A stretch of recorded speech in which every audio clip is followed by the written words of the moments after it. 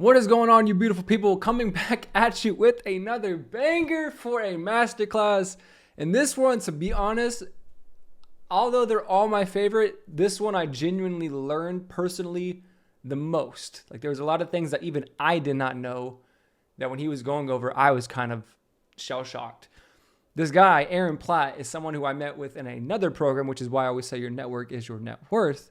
And he was actually Patrick BetDavids' right hand man. He builds out the sales operations and builds out sales teams and integrates their CRM and their systems and gamify sales and a bunch of cool stuff. So trust me, you're going to want to stick around for this one. And this was probably, again, one of my favorite ones that we've done. So without further ado, let's go ahead and hop into it.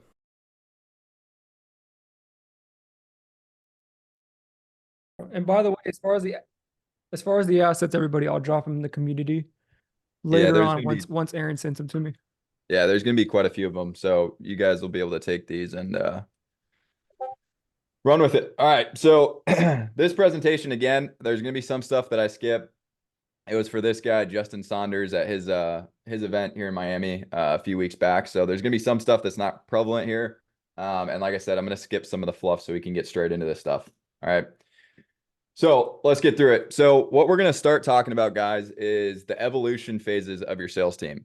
And you're probably wondering what the hell is an evolution cycle or an evolution phase, right? There's different phases that you're going to go through in business, right? You're going to go from like 0 to 100K, and then you're going to go from 100K to 500, and then 500 to a million a month. And then you have your big evolution phases when we're talking like 10 million to 25 million, 25 million to 50 million, et cetera. As you're going through these phases, there's certain things, and think of this as like a video game, right? You open up a video game, you're first finding whatever stuff you got to train on. They're teaching you how to move your freaking stuff around, whatever the hell, right? So that you can actually complete the first level, and you're accomplishing certain things and picking up gear, or you're picking up whatever as you go along, right? It's the same thing in business. There's different evolution phases that you're going to go through, and you need to have certain things in place before you get through that evolution phase. And if you don't, the next cycle is going to be 10 times harder. Okay. And most people fail in business because during those evolution cycles, they do not do the small, little, tiny things that most people don't do, like documentation, like setting up a progression ladder or a path of success for a sales team, taking some extra time to document certain things like KPIs and compensation and there's a lot of things that people just don't do because they're too busy, right? And what happens is they build, and they get to the next phase and they're missing a lot of the prerequisites. So their business, the demand, the opportunity is ready to go to the next phase, but you have no foundation. So it's going to result in three things. You're either going to start over, you're going to have to run back towards go, and you're going to have to start over. You're going to burn out, or your whole team's going to basically leave you because they're just not having a good time. It's too difficult, right? So we're going to talk about that. I'm going to talk about ROAS a little bit. This presentation was towards really getting a sound foundation in the sales side so we can boost ROAS, which is pretty cool. And then I'm going to give you guys a ton of free crap, which is going to help you guys a ton as we go through here. All right. So who am I? I started, and I'm going to just go kind of to my history. So this is me back in the day. I was kind of a crazy kid. This is me after I got kicked out of high school. So I never finished high school. Long story. This is me building my first ever presentation board after I got kicked out of high school. During college, I started a bikini company. Yes, a bikini company. Ty Lopez was big at the time. I was 19. I was like, this is sweet. I can kind of, do my two favorite things at the same time. And I got into drop shipping and it went very, very well. So I ended up dropping out of school again and building a bikini company, which led into building an agency. This agency was specifically like marketing, content curation, distribution. We got to fly around the world, Switzerland, Dubai. I was making no money, but I was traveling everywhere, meeting a bunch of cool people. And I got to hire a bunch of my best friends from high school, and that's what we did. Going from this, I got into a company that's very similar to what you guys are doing here. We did crowdsource consulting. So we would go around the country doing big events, right? We had a mastermind or what we called crowdsource consulting, and we would go get some of the biggest names people in the space. We would pay their fees. right? Our community would pay us and we would basically crowdsource big name consultants. And I was doing this right around when I was 19, 20 years old. I didn't have a lot of value to give, but I had a really good network where I could get the value from. So I was technically consulting hundreds of startups at a very, very young, early age with no experience. And the way I did that was basically going and pulling in big names and being able to pay for their time to give it to a larger group, which was SocialX. Okay. That got me into building sales teams. Don't ask me. It's a long story. I'm not going to go into it now, but I got into building sales teams for companies. Now, that was where I found my first like big superpower. That's where my, I was able to kind of start really finding true success in what I was doing. Now, as I was building these teams, it was basically I was finding these big success moments, and the more of those success moments I was having, I was getting more and more demand for me to try and come in and basically help build out these sales departments. And the way I like to talk about it is like, think if anybody has seen Bar Rescue, think like sales team rescue. That's what I was doing. I was going into companies, I was looking through everything, and I was rebuilding, usually ripping out everything and rebuilding the teams from scratch. Okay. Now, after a few years of doing that, I started realizing that after these teams became successful enough, the mass, right? That's what I was building. I was building the recruiting, the training. I was the one actually going in at a setting level and building myself up and out. So I was doing the mass portion. These teams in these companies, after getting to 1 million a month, 1.5 million a month, getting really, really high revenue month over month, they started to fall apart. And it was because they didn't have systems in place. Like think of I don't know. You guys know what like the roads of Miami look like. They're all freaking winding all over the place. It's freaking construction everywhere. Well, that's what these companies' systems started to look like. Just like the traffic of Miami, like they can't handle all of the traffic that's coming through because all the roads are messed up. So they're having to build new roads and do all this different stuff to keep the traffic flowing. That's what happens with systems at scale. And if you don't decide and build systems properly from the beginning, you're going to run into a ton of issues. Okay. That's when we switch to doing what we do today, which is where we get to service a lot of the clients that Ken was talking about on his story, because we get to come in from an understanding of building sales teams, CS teams from the bottom up. We're able to go in and build systems that actually get used by these teams and by these companies, and we're not IT backed. We are sales leaders and CS leaders going into building systems. So that is what we do today. Okay. All right. Enough about that. Principles I'm going to skip over. We're going to jump straight into it. Okay. So real quick, evolution cycles. Okay. If we're talking about how many of you guys here are in like coaching, consulting, or like agency, if you guys can drop something in the chat, a 1, a 2, it doesn't really matter. I just kind of want to see what you guys have. Okay, great. And how many of you guys are selling under, let's call it like a $10,000 price point?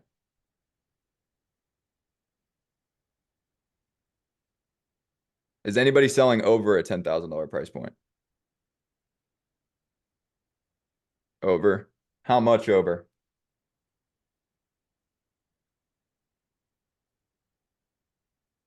Okay. Yeah, that's okay. I was just in the terms of like, yeah, if you guys are selling 60 to 100,000, 200,000, your evolution cycles are going to be quite different. Okay.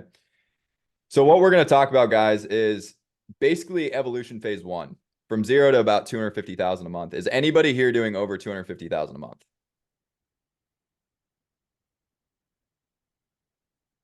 Okay, perfect. So this is going to be perfect for you guys. We're going to talk about basically going from 0 to about 250,000 a month and what that evolution phase looks like. Okay. And what you guys are going to notice is there's going to be different pod structures that we're going to start to point out and how these things actually grow and develop over time and what that means for you. Okay. So what we're going to talk about first is the sales team evolution, basically feedback loop, essentially. Okay. What you guys are going to notice is no matter what you guys are doing in business, doesn't matter the department, doesn't matter the team, doesn't matter where you guys are at in terms of you're doing 10 million a month, you're doing 10,000 a month. This is kind of what's going to be happening. Does anybody know Ray Dalio or has seen the feedback loop principle before? Yeah. Cool. All right, sweet. So essentially what we're going to see is inside of these evolution cycles, right? We're going to have 3 main basically feedback loops as we go through this. Okay. And what these evolution cycles look like from, evolution phase 1 to 2 to 3 is it's basically going to look like this. Okay. As you guys grow, right, you guys are going to see and feel all of these different heights and then failures and then heights and failures and heights and failures. And that's how it's going to be forever.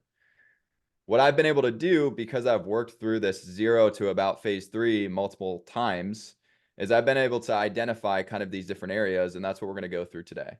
Okay. We're going to go through each basically feedback loop and what that can be kind of mitigated for you guys. Okay. Now, going through this, did anybody know the formula for momentum? Can anybody tell me what that is in the chat? Negative. All right, cool. I think it's speed and mass. Force. Yep. No. Quan. Yeah. Mass times velocity equals momentum. Perfect. So we're going to talk about how to build momentum specifically on the mass side today, right? And when you guys are thinking about momentum, think of scale, right? We want to scale, but we want to be able to scale with momentum. We don't want to get stuck. We don't want it to be super, basically stressful and constantly volatile, right? So there's ways to be able to do this a little bit better. Think of mass as your people, process, and structure, velocity as systems, okay? So basically what we're going to talk about is from distress to eustress. Does anybody know the difference between distress and eustress in a business? No, maybe. I don't know. I'm trying to ask. I'm like talking like I'm in front of all of you guys, but it's okay. So distress, right? Distress in a sales team is characterized, I'm going to read this, by overwhelming pressure, unmanageable challenges, and constant stress of strain, leading to decreased performance, burnout, and potential team discord, right? So when you're in a form of distress, usually as a founder or an owner, right, you're just constantly thinking about how to keep people happy. Like there's never a how do we grow this thing? How do we build? It's always just about trying to keep people happy, right? When you're going into a eustress state or in eustress, right? Eustress in a sales team represents positive stress that stimulates motivation, focus, and growth. It's marked by manageable challenges that push the team beyond their comfort zone, fostering resilience, adaptability, and peak performance, right? It's good stress. Problems that are coming up motivate the team. Okay. You don't get that without having some foundation, all three of these buckets. Okay. So this is what our first phase is going to look like. And this is where we're going to really start to kind of get into the meat of this, right? When you are getting started, okay, this is evolution phase 1. Okay. And there's 3 of these phases that we could go through, but we're going to go through evolution phase 1. It's going to be from you doing it yourself. So everybody that was here saying like, yeah, I'm doing it myself right now, I'm the main salesperson. Good. That's what you should be doing, especially if this is your first business. Okay. You're going to go from doing it. You're going to be creating a process. You're going to prove that process. You're going to go to teaching it, right? You're going to kind of optimize off your teachings. You're going to systemize it, and then you're going to start managing it, right? Accountable expectations. Okay. So going through this process is what we're going to talk about right now. As you're doing it, right? You're sending out DMs, you're running your first ads, you're cold calling, you are doing your own discoveries, you're doing your own closing calls, right? You're doing all this stuff to prove some kind of process that can be some kind of replicatable thing that you can actually teach to somebody else. That is what you're going for. And if you're not building assets as you're doing it in the beginning, right, you're going to have to build all your assets later after you have a bunch of chaos. So this that you guys are going through right now is how you're going to actually get to the sustainable phase 2, phase 3, and everything beyond. But if you don't get this phase right and you skip a bunch of stuff, it's going to be where you're either going to have to try again, you're going to have to restart and go back to go, or you're going to burn out. There's only 2 basically outs out of this if you're missing a bunch of things as you go through this. Okay. Now, where this is going to start for you and where this is going to end for you is you're going to want some kind of standard pod. You're going to want at least one pod set up for your sales team, and I'm going to explain why in a little bit. Now, what you'll also notice is as you start doing it, right, you start to build that process, you start to prove it, you start to figure out some things, you start closing some deals, right? You're going to start to hit a floor, right? As soon as you start teaching it, that floor is going to get all volatile again, because now you're giving it to somebody else and you're having to learn how to actually teach this stuff.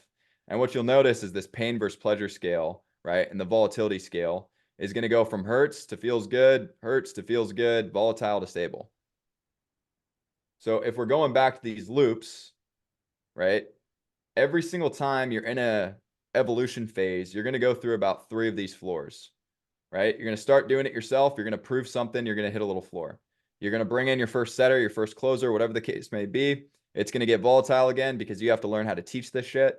And then you're going to hit a floor because they're going to start doing something solid, right? Then it's going to get volatile again because you're going to go from managing or from teaching it to managing it. And then you're going to hit a floor again, right? And this is always going to happen. So if you can understand that if you bring people in and it gets a little dicey, that is completely normal, right? You're going to be able to manage the pressure and kind of the stress a little bit better. All right. Now, going into this, right? So just a heads up, during phase 1, it's 100% you. Every problem that you have, every issue that you're going to run into, it is 100% on you, right? Especially early on in the sales process and in the building of your sales team. There's no blame, right? It's not that the person's not doing their job. It's not that they're not hitting KPIs. It's 100% on you. You have to be the one setting expectations. You have to lead from the front. This is completely on you in this first entire evolution phase, okay? From building the team and optimizing the assets to training, driving sales revenue, setting expectations, accountability, recruiting, hiring, firing, it's 100% on you, all right? Now, 3 simple but overlooked pieces to get in early, okay? And this is where we're going to start to kind of get into some of these assets. Results, expectations, compensation, okay? Bottom-up promotion, right? And making meetings not boring, okay? One of the biggest problems that I see, especially early on, is the meetings with sales teams are just repetitive. You go in every morning, you're trying to figure out what you're going to talk about. They're coming in like, fuck, I got to listen to Aaron talk again. And it just gets really boring and repetitive over a long period of time. Also, setting expectations, right? And we're going to kind of go through each one of this. Let's start with KPIs, results, and expectations in comp. This is one thing that most people just skip completely. They just look it over, right? And I absolutely love this because this is what it looks like when you have no expectation set, you have no results, and you don't have any kind of compensation structure that's actually true, right? It's actually able to be met. So this is you recruiting your first sales rep, and this is your sales rep looking at you, basically promising them the world, saying, yeah, you're going to make a ton of money. This is your expectations. This is what you're going to be doing. This is them staring back at it like, okay, I kind of trust you, but I don't understand how the hell I'm supposed to do this. And this is literally what it looks like 9 times out of 10 when you're bringing on your first reps. This is how it works, okay? So what we're going to talk about real quick is how to actually build out these comp plans and these compensation structures so that you guys can have some foundation when you bring people in. One of the biggest problems that early on salespeople do is when they're going through this phase, right? So when they go from doing it to teaching it, right? They get it to work once, so they make a sale or two, and then they go straight into trying to bring people on to do it for them. And then they set these really high expectations, these really high KPIs. They have no ability to actually know what's possible. And they're telling somebody to go set 5 times a day, 10 times a day when they've never done it themselves. That's why in this beginning period, it's very important that you're doing it and you're tracking this stuff. So let's talk about how you can track it. And let's dive into that real quick. So, and you guys are going to get a copy of this, but we're going to go into it real fast. All right. So when you guys are looking at basically expectations, comp plans, stuff along those lines, this is something that a lot of people don't do. And especially early on, it's going to save you a ton of time. You're going to be able to give it to your team. They're going to know exactly what you expect of them. A lot of people are going to be hiring friends, family, friends of friends in the beginning. So it's really important that you set clear expectations with them, right? And clear expectations that are proper. Like they're real achievable numbers. They're not made up hypothetical numbers that you want to see them do because that's what you think that they should be doing. These are numbers that you've actually built and have proven, right? Now going through this, right? As you're going through and you're proving this process, you need to get these numbers. You can't be guessing when you bring on your first couple salespeople. You can get close, right? And have a very, I would say, educated guess on your number, but you need to get close, right? And once you have these numbers, so for example, call to connect, connect to set, disco to call, closing call to show, your closing call taken to close percentage, your average cash collected, all this stuff, right? Now we can actually build out the setter KPIs. And a very, very easy way for you guys to manage a very small team in the beginning, especially when you're running and gunning from the front, is the red zone, yellow zone, green zone model. Okay. And basically what this is, guys, is you are going to give what you expect in KPIs, right? And you are going to give a 20% decrease and a 20% increase to your red zone and your green zone. And all this allows you to do is give them very, very clear expectations of what their compensation can look like, right? So an actual example of this here is, for example, right? If they're in the red zone with whatever KPIs we've developed, right? So 600 calls, 30 sets a month, show percent, right? It's 18. So I think it's around 60% show, right? And they're doing about 30,000 a month in cash collected or revenue or whatever the case may be, right? Versus the green zone, right? Here's your expectations on compensation. Yes, you guys are going to get all of this stuff, and there's going to be trainings at the top of it as well. So when you guys are creating these compensations in the beginning, like this stuff is easy to not do. It's easy to look at this and be like, yeah, I've kind of got something and write it off. If you guys do this stuff and you bring on the sales team with proper expectations and you can hold them accountable at the end of each month, and it's very simple for you to do, and you can say, look, Aaron, you want to make more money. You've been in the red zone the last 2 months. You haven't been making your calls. You haven't been meeting your sets, right? Therefore, you're making the compensation that I told you were going to make. It's under what you want to do. All you need to do, if you want to make more money, is get into the green zone. So instead of doing 600 dials, let's do 1,500, right? Instead of doing 600 dials, let's do 1,000, right? But you can start to create these formulas and base it off of real compensation, and you can tell them what they're going to make depending on where they're at, okay? Now, going back to this sheet, right? The way that this works is you're going to figure out these numbers first. If you guys are doing DM setting, if you're doing inbound leads off of VSL, you need to get these numbers. You need to get these numbers, or at least close enough to these numbers as you can, so that when you bring somebody in, you can set proper expectations. This red zone, yellow zone, green zone thing is what you're going to do at the end of each month. You're going to go in, you're going to take a look, red zone, green zone, yellow zone, great, right? Now, when you're building your comp packages, right, it's going to be very different from your setter to your actual closer, which I'll give you guys the sheet that has the setter, the closer, the sales lead, the VP. It has all of it. And what you guys will notice is this is 100% commission only. So if you guys want to throw in some bases, there's a few other ways to do it. But you don't have to. You can do it purely off commission. I've built 100-person sales teams, no one on salary, no one on base, not a single person. So it's possible, you just have to do it properly, okay? And also, this is going to lead into our next point, where if you guys start to build these pieces, right, what happens if someone goes green zone 6 months in a row, or 3 months in a row, or 4 months in a row? How do you properly promote them to a closer without getting rid of your best setter and leaving a huge void and a gap in your setting team now, and training a new closer, right? So going into compensation, right? Obviously, you can give commission, right? Depending on what that looks like. What you should always do with compensation is you want really like 3 different characteristics, especially with the setter, right? You want to have obviously commission. You want to have some kind of kicker that allows them to get wins each and every day, right? And you want a milestone or some kind of bonus ladder, right? We want to give them targets that they should be shooting for, right? So if we're doing 7.5% commission, $20 per set, right? That's completed in terms of a closing call. And then we're doing a milestone ladder at 1,000, 25, or 250,000, 500,000. This is where you can get really, really cool and exciting things with, right? For example, what we used to do is we had, actually, let me pull it up for you guys, because this is actually pretty cool for you guys to see. Okay, cool. Here we go. So what we used to do, can you guys see this right here? Yeah. Whenever our milestones were met, our reps in the morning, right, we'd say, hey, this guy's name is Jacob Corso. We'd say, Jacob Corso, you met milestone 1. Congratulations. We would basically give them this massive check, or we'd mail it to them if we were doing this with our online teams. This check couldn't get cashed until they hit their next milestone, but they would get their big ass check. So this big ass check would literally sit on their wall, and they'd stare at it, and it says $5,000, which is theirs. but they're not able to actually get the small check to cash it until they hit their next milestone, right?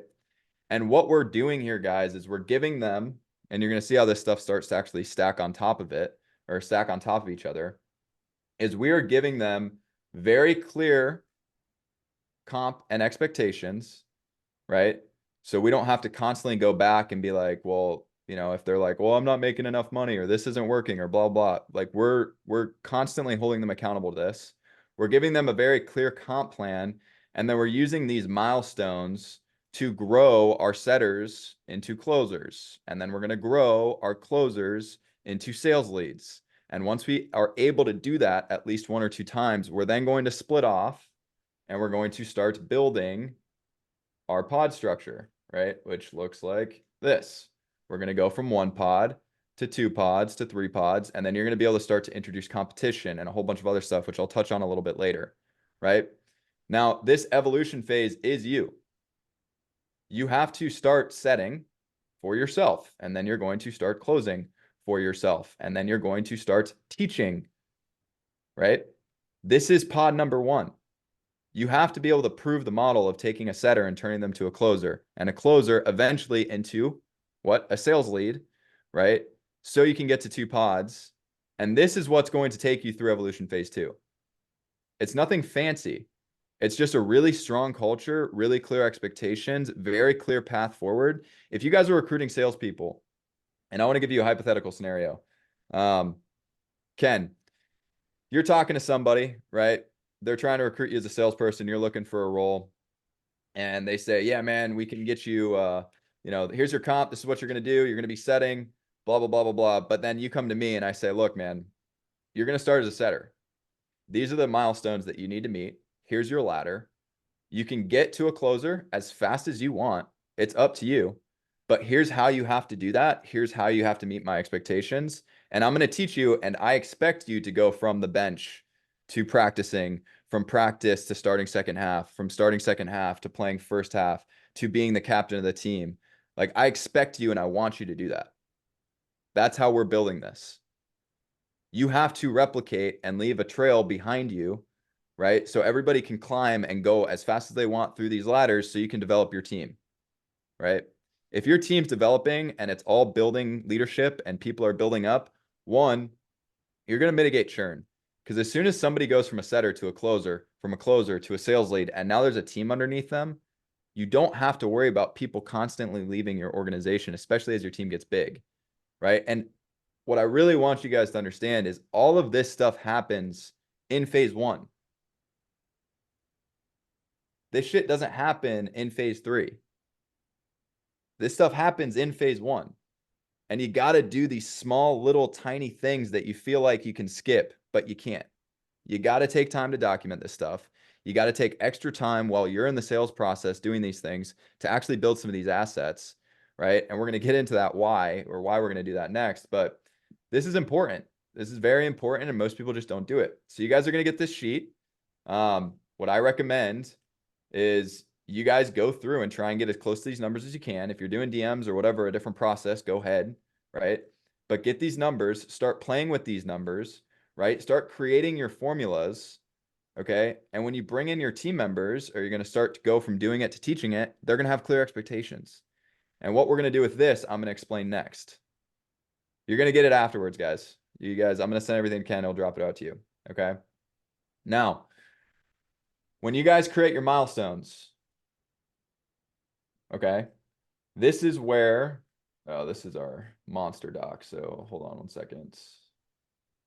Cool. Yeah. So when you guys create this, right, the red zone and green zone accountability methods, very easy. Counting tool, very easy not to hold this up, right? This will help your roster developed and blah, blah, blah, blah. Okay, cool. Yeah. Thanks, Ken. All right. So moving on, what we're actually going to do with this, right? Yeah, here's a bunch of the different bonuses that we used to do, recognition we used to give. We used to have within one of our companies, I don't know if I can actually play this video and you guys are going to be able to hear it. Oh, we can't hear it. You'd have to share your sound when you share your screen. Okay, so this is, yeah, the heavy hitter award. It was a bat that we'd send in the mail back and forth to whoever had the biggest month. You'd sign it, You'd put your name, you'd date it, and then on the day that you give it up, you date it, put it in the mail, and send it to the next person. Little things like this, guys, are the things that people don't do, which is how you actually build the sales teams and the sales departments and the businesses that you guys would be proud to like actually own and be a part of, right?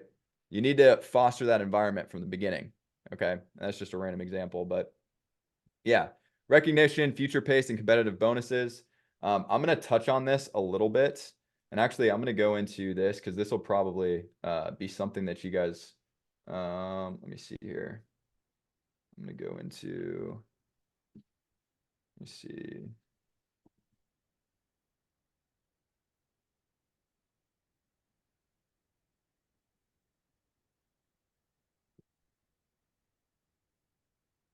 Hang with me, guys. 1 second.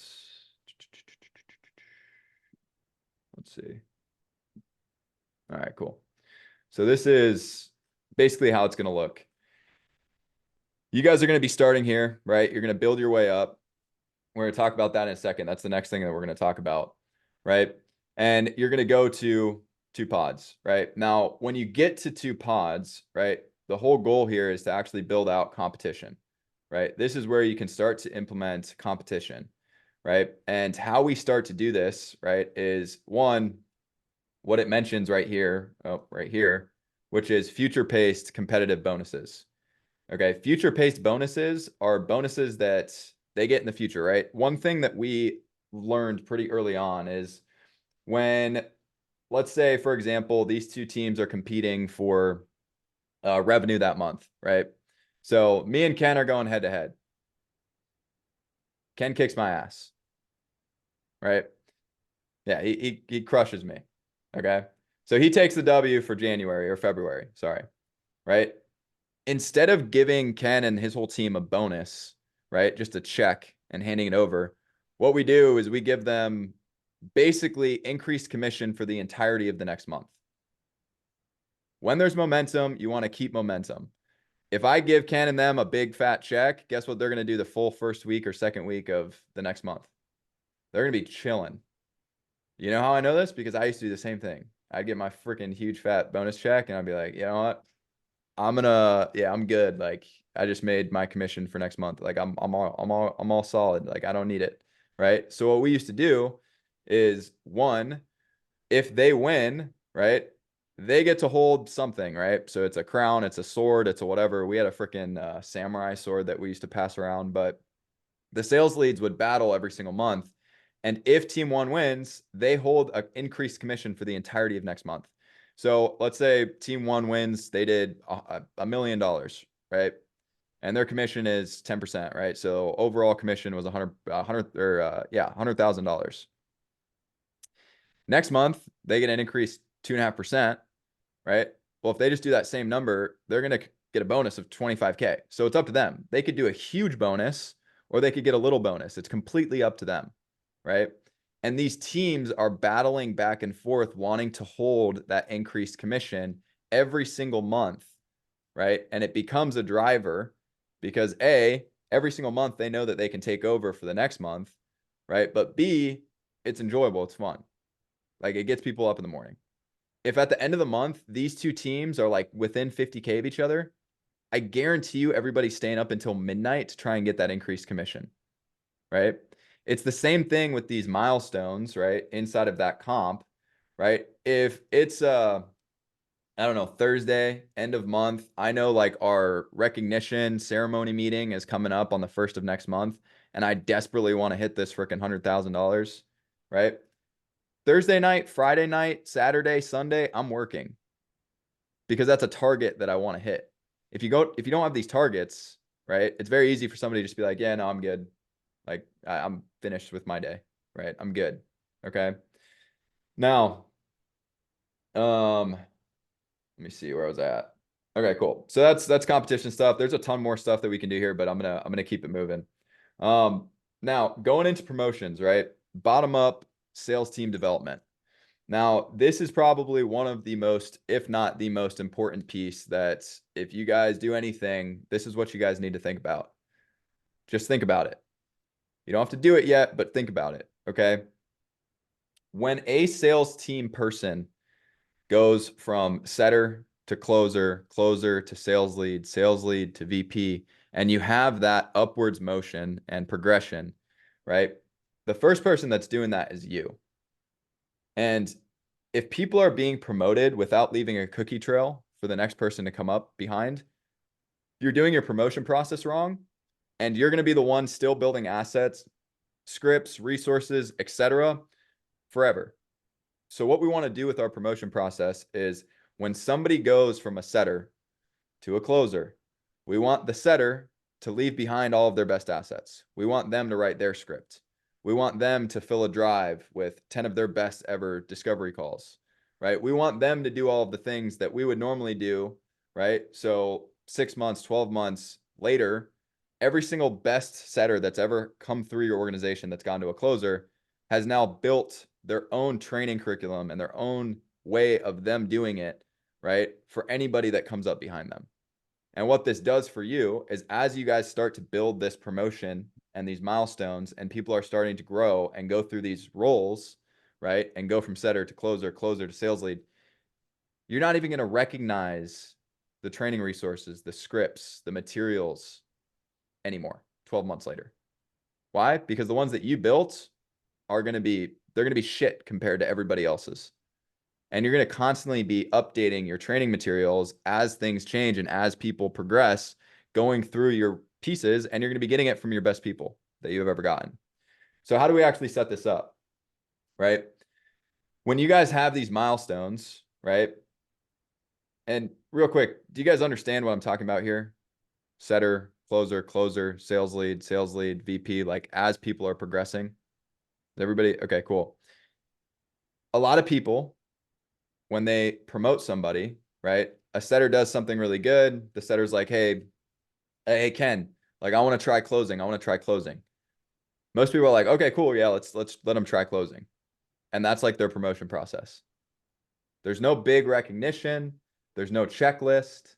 There's no milestones. There's no test. There's nothing there to actually like promote somebody, right? And what happens is your whole setting team wants to go to closing. So they're sitting there every day, every other week. Ken, I want to go to closer. I want to go to closer. I want to go to closer. And Ken has no way of just being like, well, here's how you do that, right? If you guys have this promotion process in place, they have to, what? Hit their milestones first, right? So they hit their milestones. Now they're eligible to go to closing, okay? Now, B, once they actually hit their milestones, right, they're going to go into a challenge. How many of you guys have ever done like a fitness challenge, 30-day challenge, whatever, right? It's the same thing with promotions and the sales team. We're going to put them into a challenge, okay? Yeah, 5-day challenge. I'm sure that's something you guys are probably doing, but yeah, we want to put them into a challenge after they hit their eligibility, right? The reason that we're going to do this is this challenge is not necessarily like a challenge to see how much they can do, whatever the case may be, but it's going to be essentially like an assessment, right? To see if they're ready to actually go try closing, right? And the way that we do this, and I'm going to send you guys this asset. It's all of the recommended basically promotion skills for setter to closer, closer to sales lead, etc. But what we do is after they hit their third milestone, right? We then send them the challenge list, and the challenge list is to gather their 10 best discovery calls that they've ever done. It's to rewrite a script. We give them a template and they rewrite their script on how they're handling their discovery calls. It's a 2-week basically shadowing. So they have to increase somebody's performance by 5%, 10%, whatever over 2 weeks, right? So all of these different things are what we're having them go through and do to be able to go to closing. Again, why do we do this? I'm asking you guys, why do we do this? Why is this important?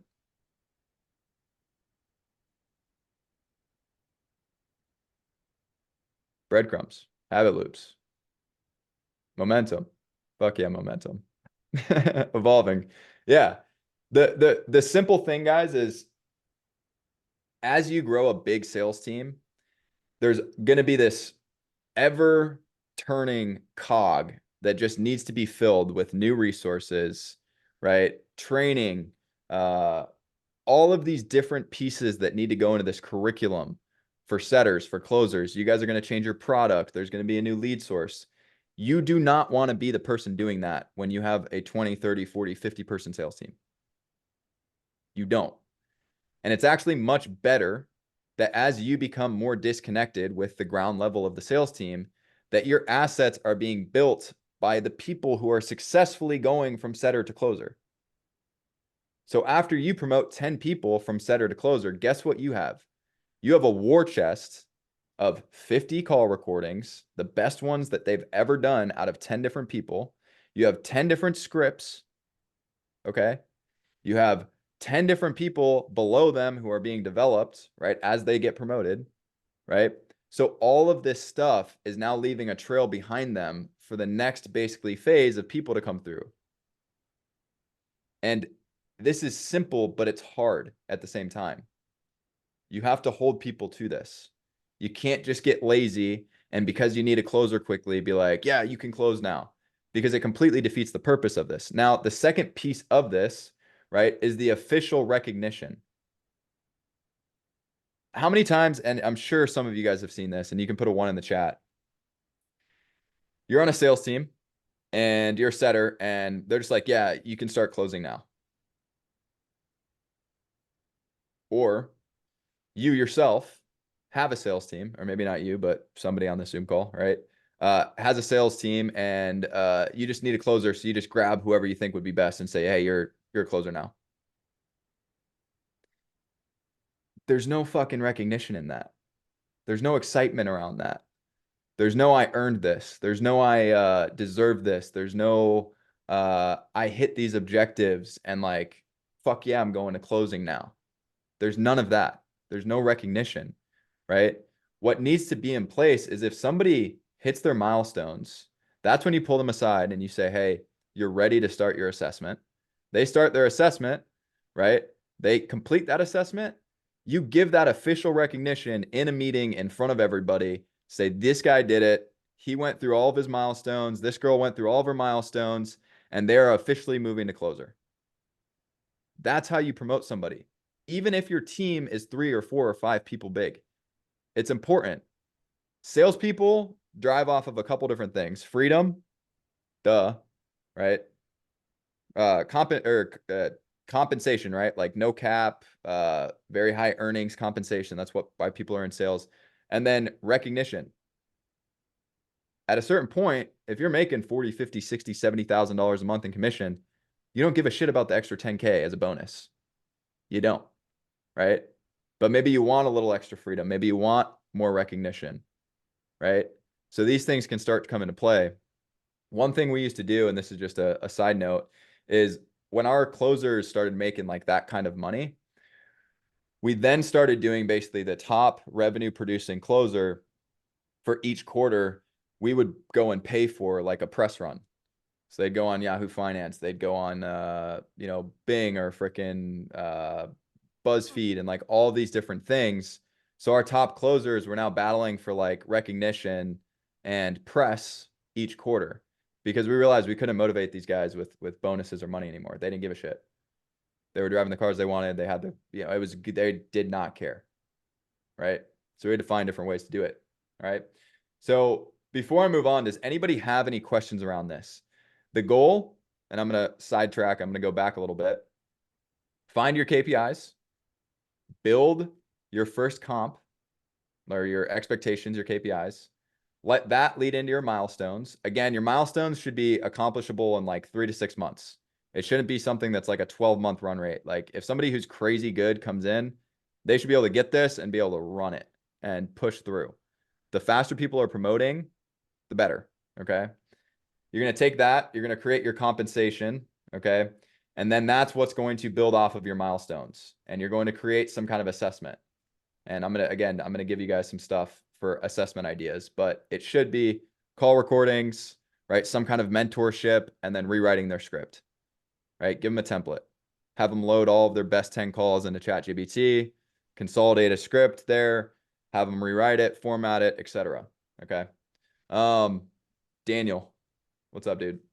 Hey, dude. Firstly, this is insane. Like, I actually feel like such a child watching this. Like, oh my God, it's so simple. It's actually so jokes. But the thing that I was going to ask is, what's the biggest hurdle that you face when actually implementing this, and what's your thought process behind solving that hurdle? The biggest hurdle is again, knowing your numbers. Okay. Like this is the biggest thing. Once you have this, the rest of this becomes really easy. Hmm. Right? So the hardest thing, guys, the reason most people fail transparently is because they can't get through this right here. Right? They go from doing it and then they jump straight to trying to manage something. Right? Yeah. So they get like a few sales and then they go like, "Oh, I'm too busy. I got to go and find like no, no, no. Like it's your job to see this all the way through." Right? And if you don't have these numbers, you're not tracking this, right? Most people go from doing it to trying teaching it with nothing written down. They have no idea what their numbers are, right? So they're guessing. They're like, "Oh yeah, yeah, 100 dials a day. That sounds good. Yeah, that's probably like that's what you should be doing, bro."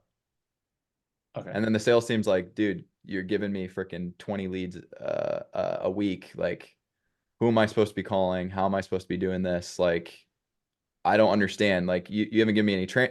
So basically what I'm saying is like the hardest part of this is knowing or getting close enough to these numbers to be able to create a reasonable, right, and close enough expectations that are reliable. Hmm. Because And once you have this, then you can create this, right? And then you're going to get your setters to replace you as the closer. And then you're going to get your closer, your top closer to replace you as a sales lead. And now all of a sudden, right, guess what? You've just gone from the top of your sales pod, or from here, I should say, to a closer, to a sales lead, to now more of like a sales director, right? And you've got two teams that are competing, right? And this should be happening right around like the 400 or 500K a month mark if you're selling something around 10K, Mhm. right? So the hardest part is just doing it and actually doing and having the discipline to like actually try and figure out these numbers. Yeah. Most people just don't do it and they get fed up and they just guess. Yeah. And Yeah. that No. will bite you in the ass. I promise you. And then probably quite a dumb, or not a dumb question, but quite a simple one. It's like, once you've built out all of the scripts, once you've got all of that stuff that was getting you the results, someone joins, they're not getting the same results. That's then a training limitation in terms of like, this is the training. So then it's up to you as like the sales lead or closer training the setter to make sure that they then reach. Yeah. Okay, that makes So sense. you're gonna, yeah, you go from doing it, right? You prove something that kind of works for you, right? So Mhm. you prove a process that works for you, right? Whatever that is. And then you go into teaching it, right? And they're gonna bring you back a shit ton of feedback. Yo, you're the CEO, so you can sell like that, but I can't. So Mhm. like I need your help, right? And you're gonna optimize and systemize this thing, right? And that's gonna allow you to actually go to managing it because now you kind of have worked out the cogs, you've greased the oil, like you've fixed it, right? Um, and that's part of this phase, and that's why it goes from like hurting like hell because you're trying to figure it out yourself to like, oh damn, I'm making sales myself, this is awesome. And then you go to teaching it, everyone's like, yo, I don't know how to do any of this shit, like help me, help me, help me. And it starts to hurt like hell again, right? It becomes super difficult. But then you kind of start to build up this thing where people start to get better, they get more aligned and whatever the case may be, and then you get back into this feel good state. And then when you jump from the closer to like a sales lead or whatever, and you start kind of managing this thing, it starts to hurt again differently because now you're trying to like get people to do things without doing it for them, right? And a whole bunch of other stuff, which we're not going to get into. But does that answer your question? Yeah, Like, no, that's super helpful. I think like the hurt bit we're at is the teaching it, and it's like, yeah, but then also probably through our own fault or like keenness to scale and like focus on other things is we did probably skip through the um like the doing it phase a little bit. So for us, it's probably like, what would you recommend for someone who's kind of might have skipped the teaching it phase? And like, we have good sales guys, they are talented. It's just a case of like, would you say just really dial in the teaching with send them and me send me a voice note on Instagram. I'll get back to you. I've got a few questions and I want to keep rolling because there's a few yeah, yeah, pieces keep going. I don't hit that you guys are going to be confused. So I do want to hit that. And Ken, am I good to keep rolling for like 15, Yeah, 20 minutes? you're good, bro. I mean, I imagine people will drop off, but you're good. Yeah, that's fine. So That's fine. yeah, cheers, dude. Cheers. Yep. Just shoot me a message and I'll help you out. Dorian, do you have a quick question, or is it something that can wait towards the end, or do you want to? I'll wait till the end. It's all good. Okay, cool. All right. So guys, I'm going to kind of go a little bit quicker here, but this is going to be very important for you guys to see, and it's exactly kind of what you were just asking, Daniel. So really, guys, bottom up sales team development, it's the best model you can run, especially if you're starting your first business. Okay. Now, how do we train? How do we build these assessments? Okay.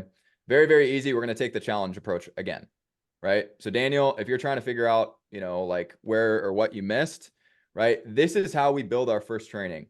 And building our first training, like literally from when we actually take it from a spreadsheet to an actual system to like an actual LMS, etc., is very, very simple. And the way that we actually do this, and let me just pull this up. All right, cool. The way that we build these training and assignments, right, is we start with a sheet like this, which you guys are going to get, right? You're going to have a setup phase, you're going to have a training phase, and then you're going to have a production phase for anybody new that comes into your business. Okay. And the way that we do this is it's a 30-day challenge, right? We do group hiring, which I'm not going to bring in right now. But when you guys bring in somebody new, they need an A through Z. How do I complete my first 30 days? And you need to give them objectives, milestones, challenges, etc. Right? And you got to make it competitive once you get down the line. But basically, your first goal is to build a spreadsheet that has your setup, which is like sign this document, log into your email, join your Zoom account, join Slack. It's setup. It's very simple shit. You've got training, right? And you've got production. It is simple. It doesn't have to be complicated.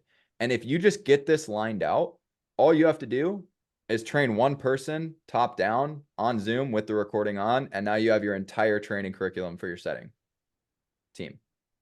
Okay.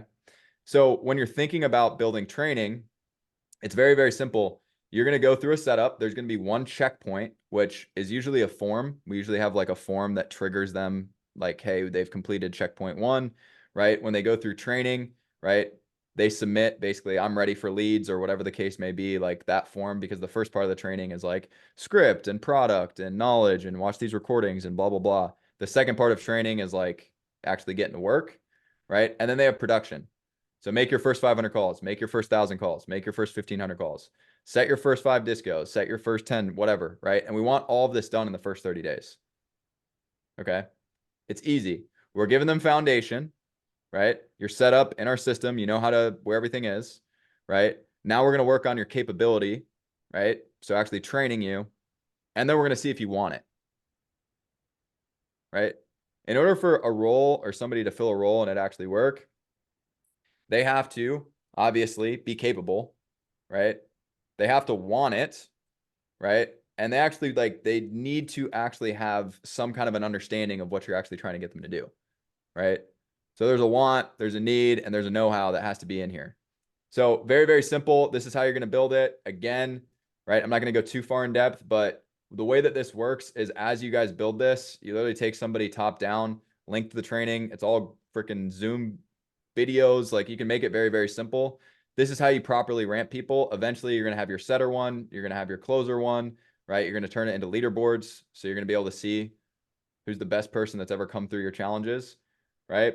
And you're going to start putting places for whatever this is, right? So first place, $1,000 plus 50% commission on their first sale. Second place, $500, 30% commission on their first sale. And you're going to turn it into a challenge, right? Because most of the time, and this is another just nugget that I'm not going to go too far into, is once you get to a certain point, you never want to bring on individual hires for sales reps. You always want to hire in groups. The reason being is it's going to take you the same amount of time and effort to train one person as it would for you to basically train 3 to 4. Okay. And new hires need competition. They need like some camaraderie, like them going through it as a group in a, for example, competition styled 30-day challenge where they get a leaderboard and something along those lines to win first place, second place, some recognition, right? Some more money, right? They're going to work a lot harder and they're going to ramp each other a lot faster rather than just sitting doing one-on-one. Okay. So you guys are going to get this. Again, we're going to send it out. Now, meeting cadence. This is super important. I'm going to speed through it because I have an entire doc that's going to help you guys. But But this is very, very important. And Ken, this is probably going to be something cool for you guys as well, that you Yep. guys can try. Let me get into, all right, here it is. Cool. So meeting cadences. Again, I'm going to go super quickly on this, but it's going to give you guys a ton of ideas. All right. So you guys saw the checks, all of that stuff. What you guys didn't see is how we do our Monday morning, our Friday morning, all of these different meetings virtually. And one of the biggest telltale signs of when we are working with a team or we're looking at something is the signs of basically how well they're running their meetings. Super sub, but if we join and it's boring as shit and like people are like actually detracting with 30 minutes a day every single day instead of getting a plus, right? Their team's coming in and actually getting something from it. It's one of the biggest telltale signs if a company's going to go like this or if they're going to start going down is truly that morning meeting, that kickoff. Okay. So the meeting agenda that we run with our sales team, and this is A, for the business owner or whoever's running the meetings to not have to think about what they're going to do, but also to keep the sales team on their toes and always be developing them every morning. Okay. Mondays, weekly kickoff. Tuesdays, role play. Wednesday, strategy. Thursday, role play. Friday, weekly wrap up. Now I'm going to explain exactly what those are. Okay. Weekly kickoff. Okay. All this is, guys, is you're coming into the morning meeting. You're going to basically lead and set the tone for the week. You're going to go over the goals. So the specific numbers. Hey, guys, we need 5 new sales and we need 20 sets. So setters, we need 20 sets. Closers, we need 5 deals. Okay. That's our weekly goal this week. Great. You're going to review, give any updates. A lot of people like to update every morning. You're going to give your updates on Monday. That's it. Okay. Monday morning is for updates. You're going to hype them off, send them off. That means playing music. That means freaking doing something. Like Monday is get in, set the goal, set the objective, and let them go. Okay. Now, weekly wrap up, end of the week. Now, there's a reason I'm skipping Tuesday, Wednesday, Thursday, but end of week. Okay. During this meeting, it's important that you guys obviously get on the same page. Did we meet our goal? But you're going to go over either celebration, reflection, and accountability over the week. So if we met our goal, right? Did we meet our goal? So did we do 5 deals and did we make 20 sets? Great. We did. Okay. You're going to go over the top performer for each one and you're going to spin the bonus prize wheel. Okay. Now what this is quite literally is if they meet goal, we put a bunch of different things, bonuses on a wheel, and whoever the top performer is, they get to spin it. Okay. This could be a commission increase for all of Friday, Saturday, and Sunday until they get to the next week. So they get a 5% commission increase for Friday, Saturday, Sunday. It could be anybody that closes a deal gets, an extra $500. They've got 48 hours. It could be, I don't know. You guys can do whatever you guys want with this, whatever hypes up the team. But basically the wheel spin should be like a celebration at the end of every week. We hit our goal, guys. Like now spin the freaking wheel. Let's see what we get. We used to do freaking Coronas, like beer time in the office. We used to do some like really crazy shit. Yeah, I'm not going to go over what it was, but there was a lot of really, really interesting things going on. And like the actual, like, I just want to show you guys kind of the energy of what this actually looks like. Here, let me see if I can find it. I know it's in here somewhere. Come on, baby. I know it's in here. Okay, maybe not. I don't know if we're gonna be able to send it. I'll put it in the channel, but the energy that you guys get off of stuff like this is insane. And it's gonna actually hype people up instead of getting them on Friday where everybody just wants to check out. Okay. Now, end of week wrap up if they don't hit goal. Okay. So weekly wrap up, they didn't hit goal. Okay. You're going to have your actual team leads once you get to that point, go over and review the metrics as to why they didn't hit it. So they're actually going to give you reasons why they didn't hit it, what they think they can do next week, etc. And if you have a larger team, right, having this sales leads, like if you guys have a team like this, when it gets to this point, if we didn't hit goal and Ken is explaining that he did 90% of the revenue that week, so he did 4 of the 5 sales that we needed, the other team didn't even do 1, and he did 15 of the 20 sets that we needed, right? The other team did like 3 or 4, right? He's going to feel great. Like, guys, we did our thing. This person's going to feel terrible. They're not going to want to present those numbers. So you're doing a lot of your accountability without actually needing to do a lot of your accountability. Okay. So you want to set up these ways of doing these things, right? Now, moving along here into the meetings, this is kind of my favorite part of this whole thing, is strategy training. This you guys don't need to do until you have a much bigger team, but this gives your team, whoever the top setter is or whoever the top closer is, they do a takeover on Wednesday mornings and they train on anything they want. So they actually train the team. So you're developing leaders because they're the top setter, they're the top closer, whatever it is. They get to address the team and they have to come prepared. And you're going to be able to gauge how much they actually want to be upwards in the chart based on how much they prepare for this, right? So sometimes we'd have, a setter who does crazy things and they come into the Wednesday morning and they have nothing. They're just like, yeah, this is how I do this and blah, blah. They don't give a shit. They just want to keep setting, which is cool. But you're going to identify this. Sometimes you have a setter that crushes it. They come in and they bring the heat. Like they're excited as shit to train and teach people. You want to give these opportunities. Okay. Now, role plays. Role play can be either the worst thing you do or the best thing you do. And I've found this to make it the best thing that I do. And this is how I get training going. If you guys don't have a big team, don't worry about the strategy. Just keep it as a role play. All right. So every single time we meet, what we're doing is we have a bunch of different role plays, right? So speedball. This would be, you pick like product knowledge, company history, objection handling, whatever the case may be. You pick a topic. And this would be like me sending it over to Ken and saying, yeah, man, how long have you guys been around as a business? If he can't answer, he's out. If he does answer, he sends it to the next person and they battle. Okay. The whole team's just zipping it around, going back and forth until the last person's left, right? Usually $100 prize, increased commission, whatever, right? War is 1 versus 2. So it'd be like me going against Ken and Dorian here, right? A lot of these businesses, they sell to multiple people, multiple decision makers. You've got the CEO and the COO, or you've got the wife and the husband, right? So it's basically handling 2 objections at once from 2 people. So the closer's handling 2 people at once, right? Executive takeover is when the CEO or the sales rep is basically the closer and the sales team gets to be the prospect or whatever, and they're seeing how you handle all this stuff. Call review is one of my favorites.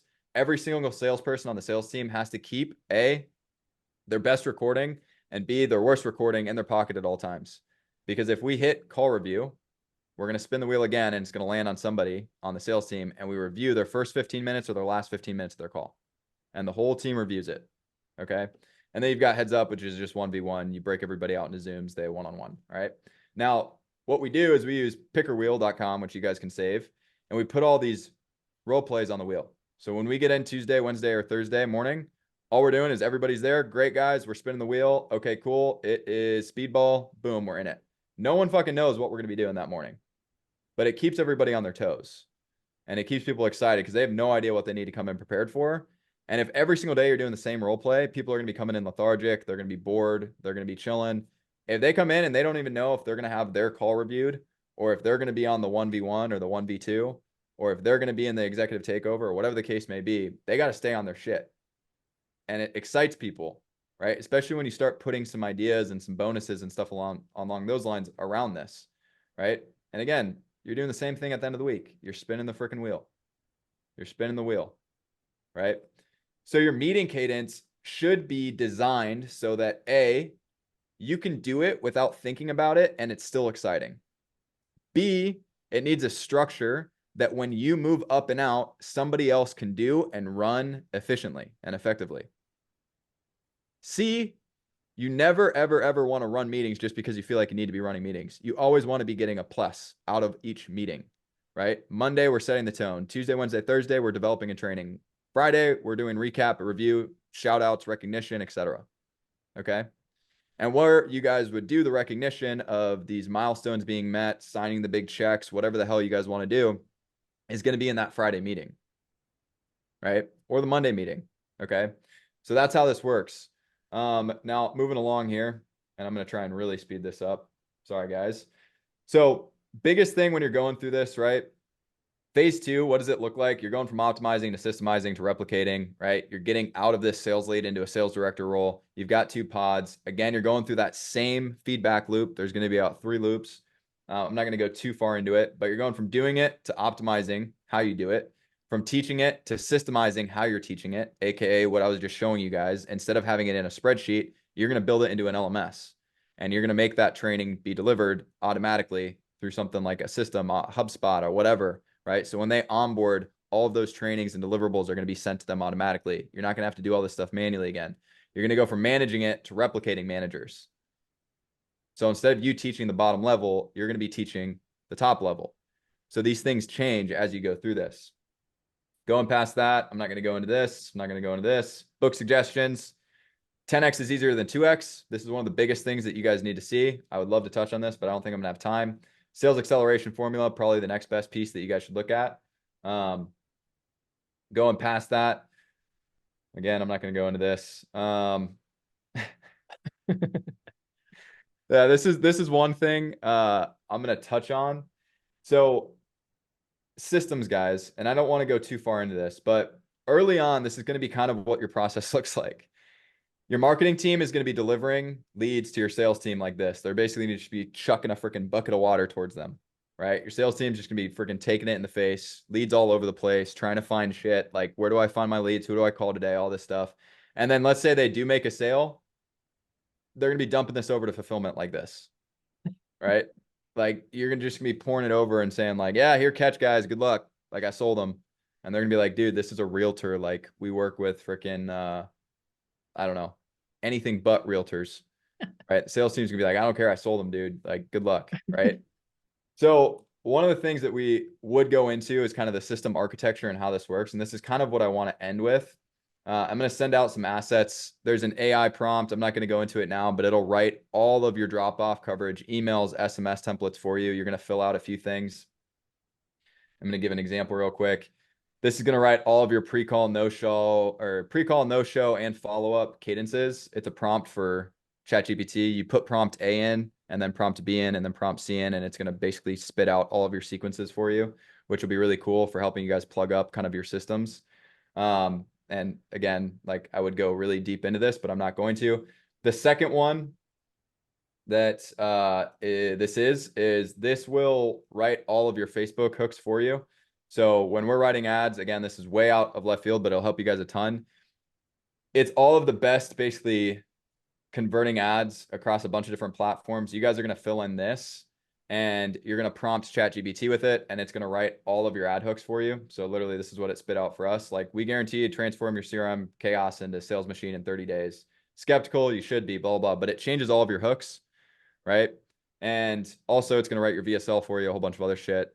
Again, like, maybe I'll send Ken like a demonstration on some of this stuff so you guys can see it. But basically, this will write all of your ad hooks, all of your ad bodies, your VSL for you, basically scripting all the way through. And it is good. Like, it's extremely good. Extremely, extremely good. Okay. Last piece, I don't think this QR code works, but I do want to go over something as the last piece for you guys. As you guys are growing and you're going into this stuff, one of the biggest mistakes that I made really growing is I tried to focus on way too much. Way too much early on. Okay. One thing when you guys start to figure this out, if you guys can figure out a lead source, you guys start to build a sales team, right? You have a good fulfillment process, like, you feel kind of good. One thing that you guys can really look at that I think will help you guys get, I don't know, maybe excited, maybe a little scared, I don't know which one, but it should help you guys, is as you guys are growing and you guys start to understand these numbers, I talked about in the beginning, you got to know your numbers, you got to set your baselines, right? When you're looking at this stuff, let's say you're getting, I don't know, let's say 2,000 leads. I'm just going to make this super round for you guys. Right? 2,000 leads in. Let's say your lead to booking percentage. So how many leads you get are getting booked is 8%. That means you have 160 bookings. Let's say your show rate is pretty bad. It's 45%, right? That means you're losing about 80 bookings, 88 bookings a week. Let's say you're rebooking. Maybe you're not tracking it. So you're not rebooking off your no-shows, right? So you're not getting a ton of rebookings. So you're taking about 72. Your close rate's 29%. You're selling something for $9,600. Okay, cool. So you're doing about 200 grand in gross rev, right? Oh, this looks a little bit messed up. Not sure where we're broken. Anyways, you're doing this. When you're looking at what I need to focus on, guys, look what happens when you just go from an 8% to a 10%. And let's say these numbers stay the same.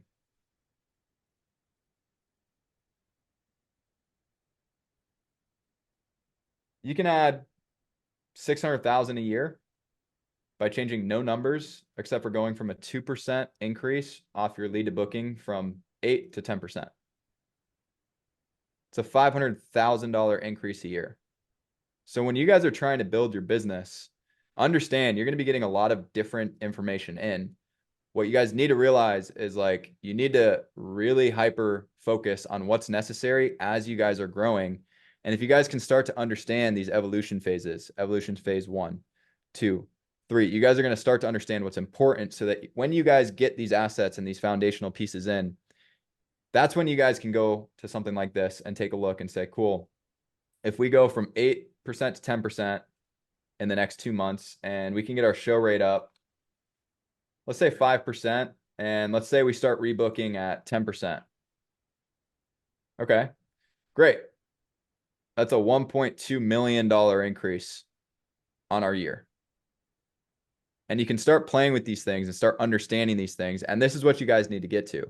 Okay. But you don't get here unless you set a solid foundation, you leave a cookie trail, you understand you're going to be constantly in these feedback loops where it's going to get really good and then really bad, really good and then really bad. And it's your job to be 100% accountable across this entire phase. Phase 1 is important. Phase 1 is very important. And the best thing that I have to say is like, people don't do these small things. They don't set up promotion ladders. They don't take time to think about it. They don't set up their KPIs. They don't set up their expectations. They don't set up their compensation. They don't think about these things until it's too late. So don't do that. Do the opposite. Cool. And I'm going to end right there. There's a lot that I would love to go into, but I don't have time and I don't want to keep you guys, much longer. But yeah, that's kind of what I wanted to share with you guys today. I skipped around a little bit, so if there's any confusion, I apologize, but I hope that helps you guys, and you're going to get a ton of stuff. So Absolute fire, bro. Can I ask you a quick question, and maybe Dorian can ask you one? yeah, absolutely. So when it comes to those sales KPIs, which ones would you say matter the most? And I have another question from someone else, but how do you go about tracking it personally? How do I go about tracking it? So what first part of the question is what sales KPIs would you say matter the most in the front end? Like the more important levers that you've seen within, all these other organizations you've been a part of. What are Yeah. the main ones you would focus on, like the leverage that you would pull? Yep. And then So kind of side question is what are you doing to track it? yeah. So first thing I want to point out is in the beginning, phase 1, it's all about activity, right? So people constantly try and solve for like filtering down. We got to qualify more. Our closers are upset. Stop booking me with crappy people. Fuck that. Activity, activity, activity, activity. How many calls can we get booked, guys? Load me up.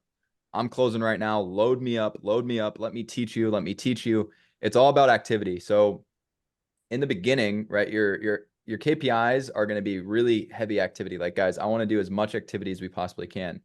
Now, obviously, you want to align their compensation, their kicker, to whatever you want them to be doing and achieving each day, right? So if we go back to that compensation plan, right, it was calls, sets, revenue, right?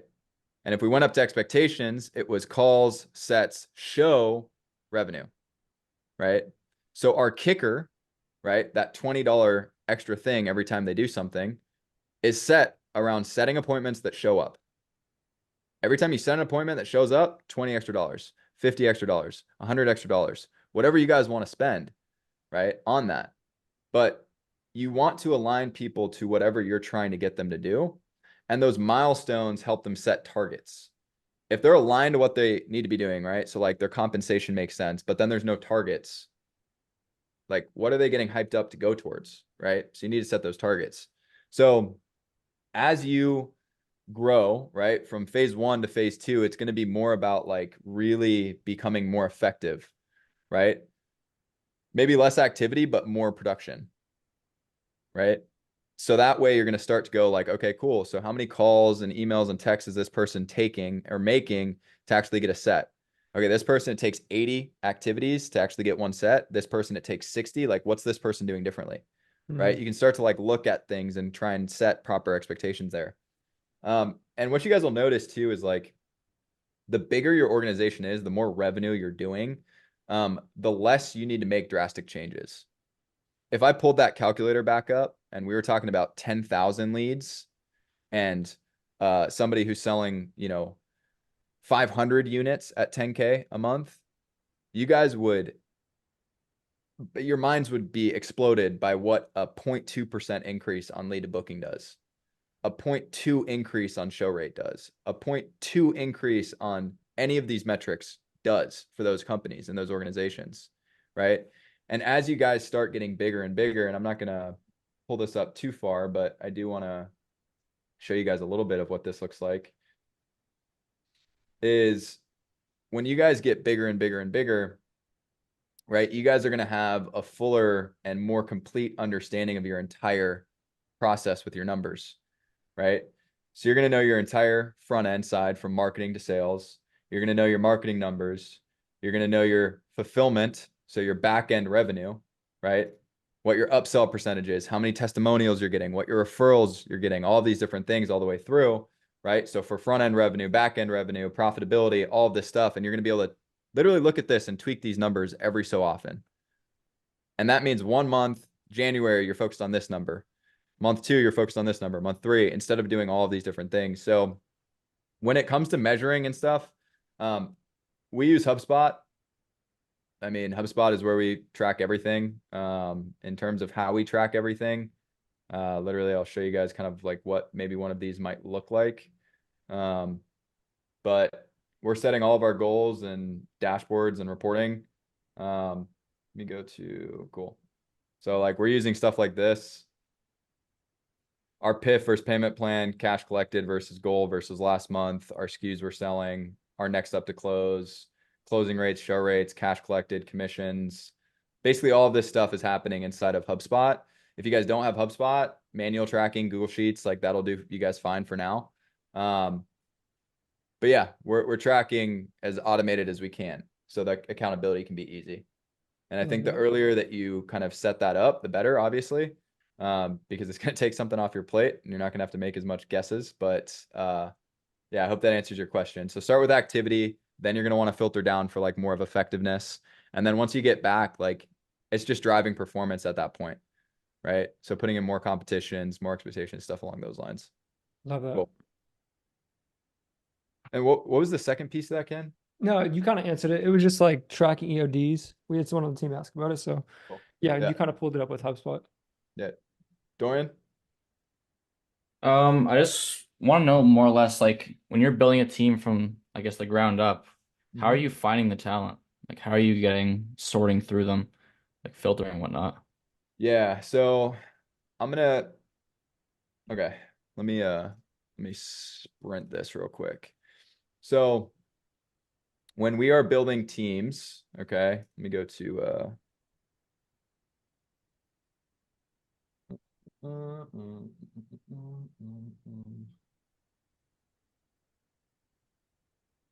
oh shit. Bro, this is fire, by the way. I appreciate you. Okay. Yeah, dude. All right, so when we're building teams, right, we do group recruiting. The reason we do group recruiting is because we want to do all of the interviews at once. We don't want to do one-on-ones. So when we have our expectation sheet, right? So like when we have, for example, this built out, right? It's one of the things that we're going to pull up on that group recruiting side. So we'll get a bunch of people. Usually, transparently, I've built enough teams to where like I am very fortunate that I have a lot of people that I Referrals. can call on for Yeah.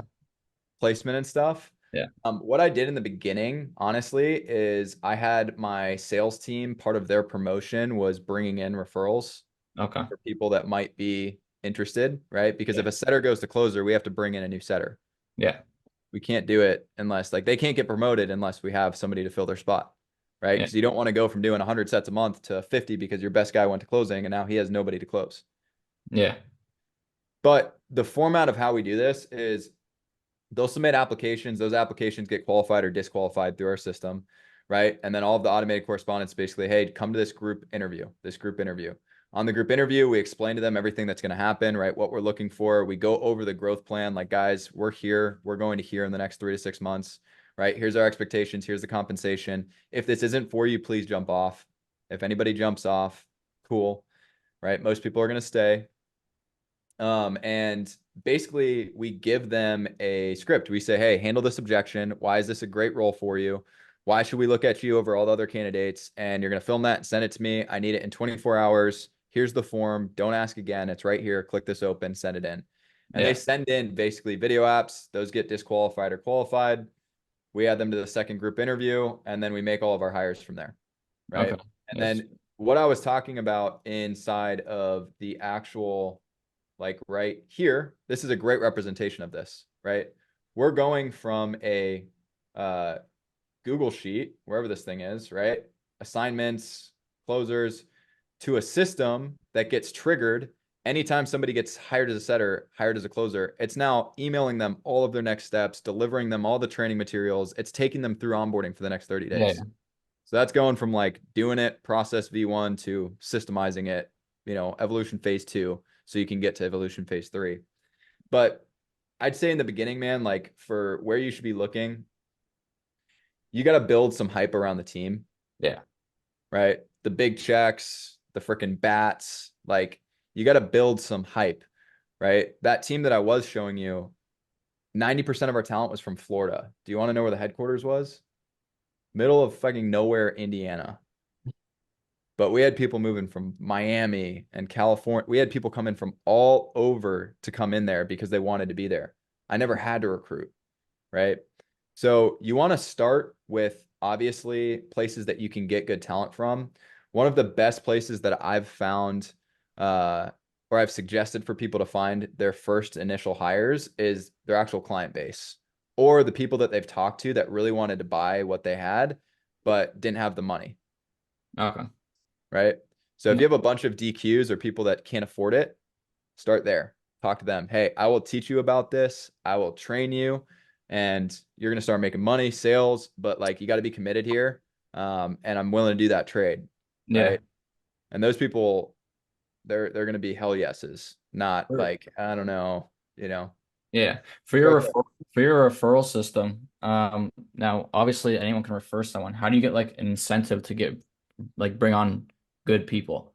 Because like for my past team that I was sales team that I was on, it'll say you referred someone. If they stayed for 3 months, you get a bonus. Like, do you have any structures like that? Or if they sell so many deals, make so much? I don't need to, because the way that the structure is set up is if you want to go from setter to closer, you need to bring somebody in, right? Or you need to bring a referral in. And their incentive is that person's going to be setting for them. So the way I frame it is like, look, we need to find you your protege. Okay. Right?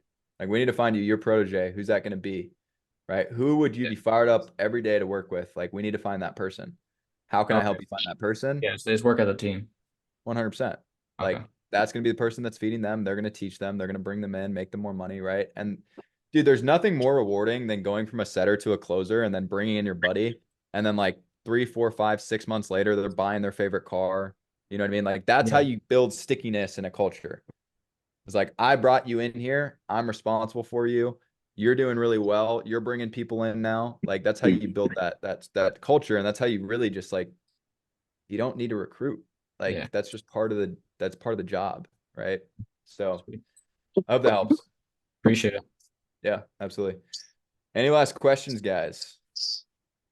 Jolie, you got one?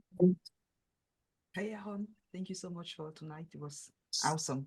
I do have a question regarding how do you motivate the sales team so that they improve their performance? Like, for instance, for context, we have a team of 4 setters, and even though they are doing the input, they are hitting the target, they are not delivering results in terms of consistently setting calls. And so I've suggested that we can increase the target, but we're not happy about it. So I'm just wondering, how do you balance them, turning them into high performer while keeping them happy at the same time and keeping them excited to work, So that's my challenge. Yeah, I mean, motivation is like, it depends the culture you have. I've always leaned on competition. Always, right? Like if I feel like the team's kind of slowing down, I'll throw in a competition. Hey guys, like we're doing a rebook no-show competition. These are all of our no-shows this last quarter. There's 400 of them, right? Everybody gets double commission on these deals. Why? Because they're all dead anyways, right? So, hey guys, you have 30 days to rebook all of these no-shows. If you rebook them between this date and this date, not only are you going to get double commission on them, but also whoever's first place gets blank, blank, blank, blank, blank, right? These people will go insane. They will go crazy for that, right? Like you can start putting in competitions and lulls, right? Like one thing that we always do is like we always make sure we have a badass competition for December. Why? Because sales teams, right? They're gonna be traveling, they're gonna be skiing, they're gonna be with their friends, they're gonna be doing this, Christmas, New Year's. We want to do a badass competition that keeps people locked in all Christmas. So you can start to come up with these ideas and these competitions and these challenges to keep people locked in. And at the point of you getting to 2 pods or 3 pods or 4 pods, the competition is always going on. So the sales lead is going to be the main driver of keeping people up, right? And the sales lead is responsible for the overall KPI like hit. So how much of the pod is hitting KPI? 60%, 50%, 70%, right? So they're the person that actually drives the competition. Right now it's you, right? Yeah. So again, I also think if you gave them a path upwards, hey, this is how you go from setting to closing to, they're going to be way more motivated, right? When people don't know how to get to where they want to go, you want everybody working for what they want, not what they have, right? So you want everybody constantly working for what they want, the role that they want. You don't want them just working because they have a job and they have a role right now. You want them constantly working for the job that they want or the role that they want or the position that they want. And if you don't have that, people are going to get stagnant. They're going to get stagnant. Okay. And there's nothing you're going to be able to do to break them out of it because they want to progress. They want to go up. So I hope that answers your question. It does. It does. Just wondering one last thing regarding what you just said. So since these are so they are setting that it's a team, it's a team of setter basically. So what you say is not necessarily like increasing the target, but incentivizing them through prices. You know, it's like, okay, if you set this number of calls, then you get maybe this reward. That's the way we should kind of get them back on track and get them back motivated to perform basically. And yeah, it's up to your culture, right? It could be competition. It could be like, guys, if we hit this goal, like we're going to go out to Costa Rica or freaking Miami or whatever for a little bit. Like everything that you guys have to do is like, whenever you're thinking about how do I hit performance targets, like you got to run, like think of innovative campaigns. Like it's easy to think about that marketing. You also got to create innovative campaigns for your team internal, right? Like you got to come up with ideas, cool ways to motivate. Like it's a game. You're playing like it's a game both ways, right? Marketing, we got to figure out how to attract people, make it cool, exciting, etc.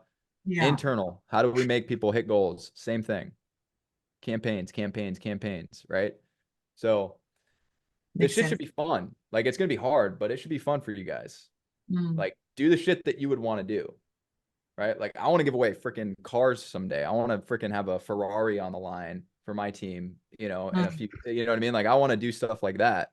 So like if you start small, right, you do these things, like it's gonna build like crazy, right? Like how cool would it be if you took out your top closers at the end of the year and freaking picked them up in a limo and took them out to the Rolex store? Like you gotta have some vision like that because it'll start to build up. Like it's all there. You can start really small. But those little things come in phase 1. Like you got to start doing this shit. You can't just do it at the end. It doesn't work that way, right? Like you're not going to build leaders that truly are there for you and for the vision if like you start this stuff too late. You got to do it early. Got you. Yeah, it makes sense. Thank you. Yep. Absolutely. Cool. All right. Sweet. Well, that was a fun 2 hours. Great. It was great. It was great. Oh yeah. Serge. Love it. Love it. Aaron, we should definitely chat sometime next week if you have a second. I'd love to talk about some of the stuff that we're working on and see how we can potentially work together. Yeah, absolutely, guys.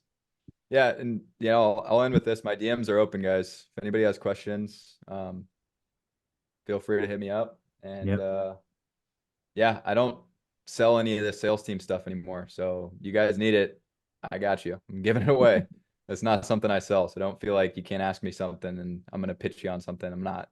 We don't do that anymore at all. So whatever I've got is a treasure chest for you guys. What are you doing right now? So how have you pivoted? Maybe talk more a little, because a lot of maybe you don't know a little bit about what we do, but just to give you context, kind of like what we're doing with a lot of the clients that we have and partners is, so I went through the agency thing where I started an appointment setting agency in 2021.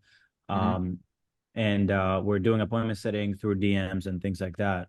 But Yep. then, kind of like hit a peak where it's like, okay, it's too much work, too little money, too much, too many variables to scale. And we started this model of building and releasing the actual infrastructures, right? So instead of me appointment setting for you, I'd come in, help you build your team, and then I would also build the protocol, the outbound, and all that good stuff. And then we Mhm. would just do that for like, 30, 40 businesses every month, right? Mhm. Was able to scale that. And then now every person that we're kind of like partnering up today is they're coming in with a specific edge, and we're turning that into a protocol and essentially building and releasing the thing you do instead of selling your time and doing it, like on a retainer and everything. So that's kind of like what everybody here is trying to do. I love Um, it. and yeah, that's kind of like what we're doing, so building, releasing AI stuff with setters, sales people, marketing stuff. So for you, how have you transitioned so you started with, you ended up building sales teams, but then now what's your transition, your Yeah. journey? So I was doing the sales team takeover thing for a while. Mm, And those teams were very successful. And after a while, they'd always come back to me and basically be like, hey, we're falling apart, dude. Like we mm, grew really fast. We're falling apart. So out of necessity, I had to get really good at building systems, CRMs, how mm, marketing comes into sales, how sales goes into fulfillment, how we get fulfillment back to sales, how do we track all this, how do we report it, how do we build it so it's scalable. And transparently, dude, like now our entire team and all we do is we go into pretty decent sized organizations and we fix their systems.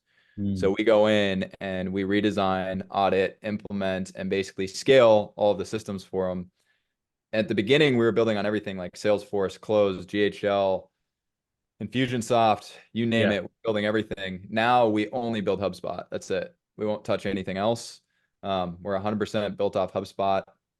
And where we are different is like we're building for growth and revenue, kind of that calculator I showed you, right? Yeah. Like we're trying to find areas of big missed opportunity. We're trying to plug drop-off points, plug the leaks, et cetera. And we have our own way of doing it. It's called the MOS, the Momentum Operating System. And how we do this, and just to kind of give you guys a little bit of a peek in here. Actually, I think this is the wrong tab. Um, here we go. Cool. So we have a framework, right? And how we actually build this out. And basically, like how this works is we have a few different entry points, right? There's tier 1, tier 2, tier 3, right? And these leads are coming in all over the place, right? In different locations, et cetera. The way that we set this up, if we have different ways of increasing different percentages. And one of the biggest ones is going in, and this will just be kind of a, I don't know, free game for anybody that wants to run this because it helps a ton. If I can find, cool, there's a good one. Cool. So, for example, right, if you look at this, you guys Yeah. have funnels or you have DMs or whatever the case may be. You have people that opt in, then you have people that opt in and apply or do something a little bit further, and then you have people that opt in and book, right? And you have all these different drop-off points, right? So we have different ways of covering these drop-off points, making it a lot more efficient. For example, like P1, P2, P3 power dialing lists, right? So like a Mhm. P1 list, for example, is all of the leads 0 to 3 days that are active have just come through the funnel and they're assigned to you. And what we do is as they load up into the power dialer, right, all of these leads are filtered by activity. So for example, this person, 20 minutes ago clicked open an email, Mm, right? So they're power dialing their entire lists from creation date earliest and activity earliest in buckets now, instead of just getting a big, massive, wide bucket of leads and having to call through and have no idea what's going on, right? They're getting the most active leads, the highest priority leads first to the top of their power dialer every single time. And all they have to do is dial. So now your setter training process is super simple and you're able to scale that because it's much easier to develop people. It's much easier to get them on. All of the automated correspondence that happens from the setters if they don't answer before they call, all of that stuff is happening, et cetera, et cetera, et cetera. And that can go into obviously the deal pipeline, and then the deal pipeline leads into the onboarding for the client journey. The client journey, right? We've got month 1, month 2, month 3. We do a bunch of different automation to collect testimonials, to collect the referrals, and to do the renewal and upsell off of it. We're tracking the client success team as a secondary sales team and an experience. So like, for example, if we've got 3 CS people, right, coaches, we're tracking their book of business, success score, the referrals collected, their experience, like all of this stuff. So we're going in off of everything that we had to build for these teams, and we built a framework around that. And now that's what we're bringing to like clients like Valuetainment, right? Like they were on HubSpot and they needed these things, right? And they needed somebody with a framework that knew how to do this, that wasn't an IT guy. Yeah. Right. So, dude, we're just nerds with systems. Like that's all we do now. That is Why it. HubSpot? Why HubSpot? Constantly working with that stuff. Yeah. Why just HubSpot? Like, is this possible and go high level? Dude, I can't stand Go High Level. I'm sure you could do some of it. Here's the thing with Go High Level. In my eyes, right? This is my opinion. I've built a ton on it. Go High Level is great to get up off the ground. Let's call it like 0 to like sub 80, 75 grand a month. As soon as you have a lot of people coming in and you need real reporting, you need a real like CS like component to your business, you have a true operations need. GHL is just it's an insufficient platform where you're going to have to bolt on a lot of extra stuff, right? Whereas HubSpot has full like small business all the way up to enterprise across sales, marketing, fulfillment, operations, and CMS in one login, right? So instead of me needing to build in GHL to a certain point and then getting another platform and making those two communicate, and then another platform making those two communicate, and then also trying to get reporting out of GHL, because we all know GHL reporting is absolutely horrendous, right? So now I got to get another platform and get more reporting. And now I'm trying to track reporting off of 4 or 5 or 6 different platforms. I've got sales team, CS team, marketing team, all working out of different components, right? And it's really hard to scale and track and manage. Whereas with HubSpot, even if you've got 200, 300 employees, right? It's one login, all the permissions, it's set up for enterprise. So if you're growing rapidly, everything you're going to need at enterprise level is there. I don't have to bolt on a bunch of extra stuff. And it's just a much more developed platform. So all of the capabilities that I might want or need are there, right? So even if you're small, instead of growing quickly and then having to migrate, so having to shut down a bunch of stuff and migrate to a platform like Salesforce or HubSpot, right? Usually it's smarter, if you're going to scale and you're going to grow, to go with a platform that has a longer run rate, right? And HubSpot has a 10 times longer run rate than obviously GHL. And that's why our clients transparently, they're just not on GHL, right? And if they are, they're dying. Like they're screaming for help, because it's just not, you just can't get there. If you have a very simple model, and again, like this is my opinion, right?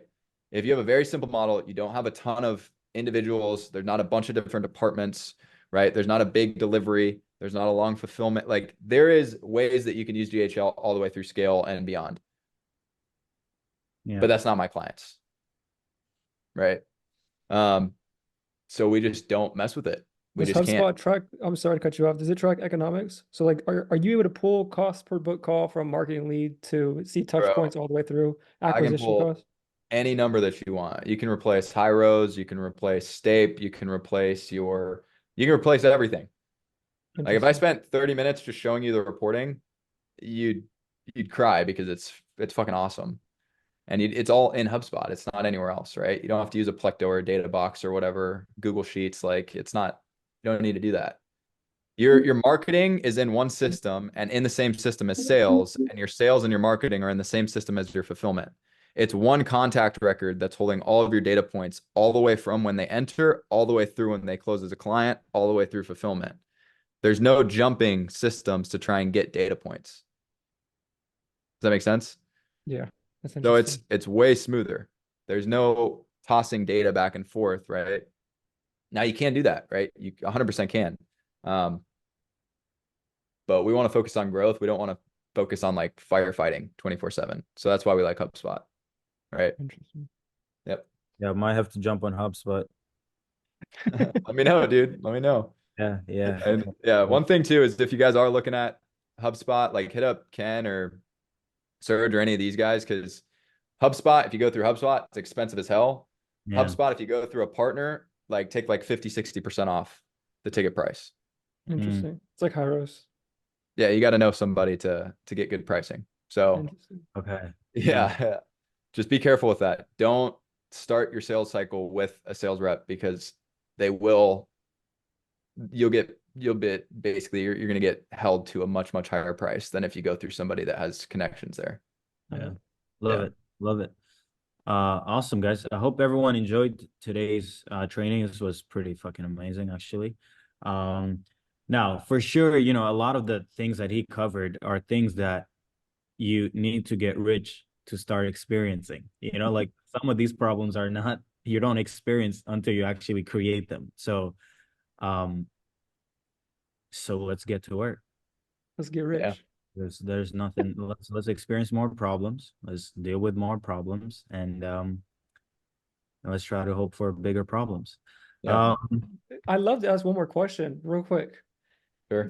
You've worked with Patrick Bet-David, Bradley, Kelly Mhm. Roach. You know, you have a good portfolio. Yeah. What are some of the key takeaways that you've learned from working with all these guys who are doing hundreds of millions of dollars? Dude, I have so many. This would be a completely separate call. This would be like I can't go into that really in depth. I think the biggest thing, man, is like these guys are 100% dead set locked on where they want to be, right? Like they can tell you every single little detail. Like when I was talking about giving away the car, like if that's something in their vision where they want to get to, they can tell you what color the car is, how they're going to give the keys away, what they're going to do with their team. They can tell you where they're going to be, if it's going to be sunny or freaking shadowy outside. Like they're just so fucking elite at like creating this freaking perfect vision that they want to get to. But they are so flexible with everything on how to get there. Right? Like they are dead set here, but they are always learning, always transitioning, always focused on kind of doing these different pieces. And, you know, just like you guys are doing here now, like they are always gathering more information, but they're always putting it in fast. Like if there's a way to do it faster, they're interested, right? Like they want to do it fast and they want to do it like with as little margin. But also one thing that Patrick said too to me was, which was really cool, was like, I had a really tough decision. He was like, look, it's not your job to get things right. It's your job to make decisions and get them right most of the time.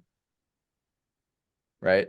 So like, it's okay to move and do shit and fuck up, but like you better be on like a 60 to 80% right track, not like a 30 to 40% right track, right?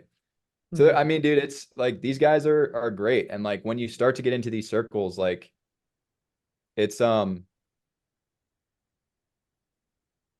like relationships and how you engage with people and how they do business is very different.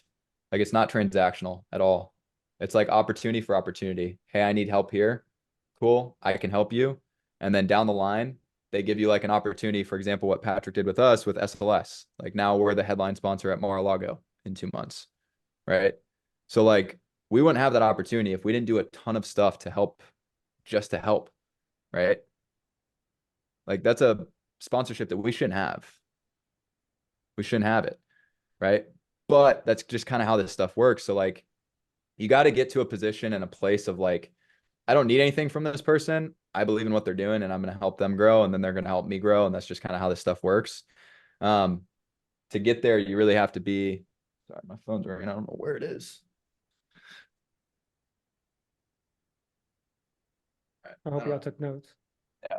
So I don't know, man. I mean, they're like, they roll like professionals. They're very direct, transparent. Their communication is tight. Their teams truly believe in what they're doing.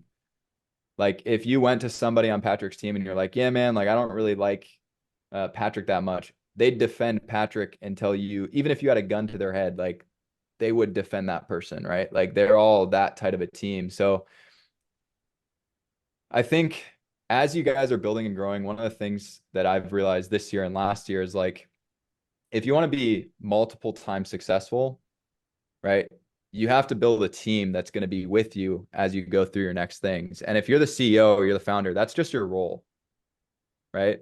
You're just part of a different unit, right? Like you could be the face or the content guy or the CEO because you're the visionary, but that means you have to have an integrator, you have to have a finance person, you have to have these people, right? And you're not going to be successful, at least multiple times successful, unless you have these people, right? Like Patrick's team, most of his number twos, number threes, number fours, number fives, dude, they've been with him for like 15 to 20 years. They've been with him through like 7 or 8 or 9 different businesses. So like that puts a whole different perspective when you have people coming onto your team, like even if it's a setter, a sales rep, like that person could be with you for the next 20 years if you develop them right. If you give them enough opportunity, if you really like try and do right by them. So like the relationships all build up and matter. So if you want to be multiple times successful, it's about the team that you build so you can bring them with you from project to project to project, not like I'm the CEO, so I just have to have really good ideas and fucking, like constantly bring in new people. Like these people that are really big and successful, it's because they've built a team that goes with them. They may be the idea guy, but they have the executors, and that's just their role. That's just their part, right? It's not just them. So, dude, the way that their teams operate is just nuts. It's nuts, and it's motivating. Like if it makes you shape up for sure. So, yeah, dude. But yeah, I'll end on this, guys. Have fun with building the sales team. If you're not having fun with it, you're doing it wrong. Okay. It's going to be hot. It's going to be tough. It's going to be stressful. You're going to need new people. People are going to screw you over. You're going to get stabbed. You're going to, there's going to be a lot of stuff, but like, you got to enjoy it. You got to have fun with it. And again, those 2 books, the 10X versus 2X and the sales acceleration formula. If you actually want to take this shit seriously, read both of those books. Read both of them because they're Bibles. They're straight up Bibles. Cool. Sweet. Let's go. Thank you, Aaron, again, and Appreciate you. thanks, Casey, for bringing him on. Let's go. There it I'll hit is. you Let's up when I'm go. Jackson, my man. All right, I love guys. Have an amazing weekend, an amazing Friday, and let's build something. All right, take care, guys. Love y'all. Later. I'll hit you up, Aaron. Thank you. Bye-bye.